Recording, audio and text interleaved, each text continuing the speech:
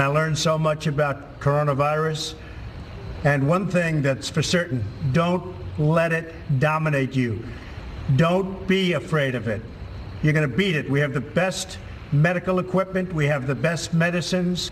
Don't let it dominate. Don't let it take over your lives. Don't let that happen. We have the greatest country in the world. Feeling really good, the president tweeted later. Don't be afraid of COVID. Don't let it dominate your life. We have developed, under the Trump administration, some really great drugs and knowledge, end quote. Well, it was self-promotional, of course. But honestly, it's hard to think of a better or more positive message. Take Trump out of it. Yes, the coronavirus is obviously deadly. It's killed hundreds of thousands of people in this country, most of them old and sick. But the president himself is old, not to mention clinically obese, whatever that is. And yet he survived. He appears to be in a great mood, as people who cheat death often are. Of course, he received great medical care. He's the president. But there was no magic involved in the treatment he received. Every drug Donald Trump took is available to the rest of us if and when we get sick. And that ought to give us hope. Trump survived, so can we. It doesn't mean we should ignore the coronavirus or behave recklessly, obviously, but it does suggest we don't have to live in a permanent state of terror. Don't let it dominate your life, Trump said. That's advice you'd give your own children. But for the people whose power derives from our fear, it was a threat.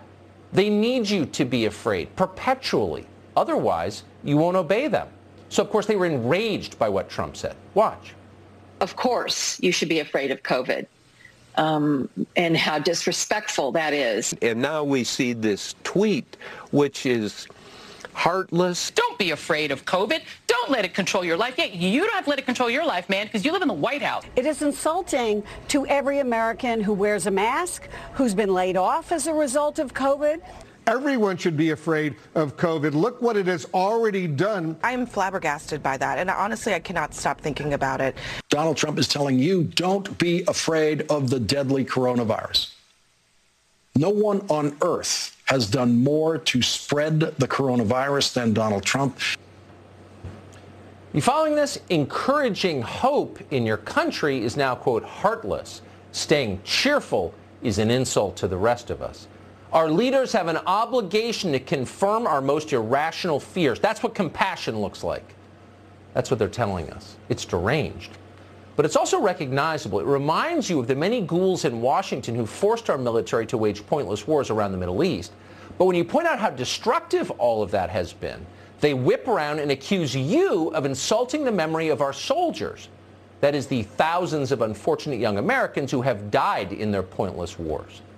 How do you respond to an attack like that? It's almost too irrational to rebut. That's why they use it. And that's why they're using the same strategy here. They wreck our economy with lockdowns. They keep our children stunted and ignorant by shutting down their schools. They drive our entire country to the brink of madness with politically motivated hysteria. But if you dare to say a word about it, if you dare to complain in any way, you are the monster. In fact, you're a killer. Watch this blow-dried cable news wonder lose control of himself because somebody in the CNN control room played video of Donald Trump taking off his mask. And the president, in that Sunset Boulevard gesture, whipped his mask off in front of the American people on the nightly news last night. So, as a doctor whose job it is, take it off. Please, don't even put it on the screen. Please take it off. Because that's going to kill people. Take it off. Don't even put it on the screen. He whipped his mask off in front of the American people. He dropped his mask. It's like pornography. Actually, it's worse than pornography. Pornography is fine. That's on Twitter. Pornographers are loyal donors to the Democratic Party. They're virtuous. This is a deeper crime than that. Taking your mask off effectively is questioning corona theology. And anyone who does that has committed an act of spiritual obscenity. Watch MSNBC warn its viewers to hide their children before they play video of Donald Trump talking about the virus. It is a video of a very sick man with very sick ideas. I'm going to show you another deeply perverse statement that Donald Trump made tonight on that video, and I will let him say it in his own words, with his own voice. You will hear that, but with the appropriate warning, viewers should know that what you're about to hear is utterly insane and dangerous. utterly insane and dangerous. Ooh, that's spine-tingling.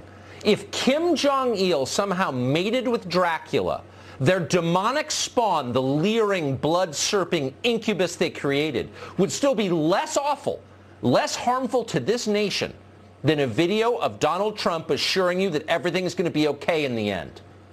According to MSNBC, that's how bad it was.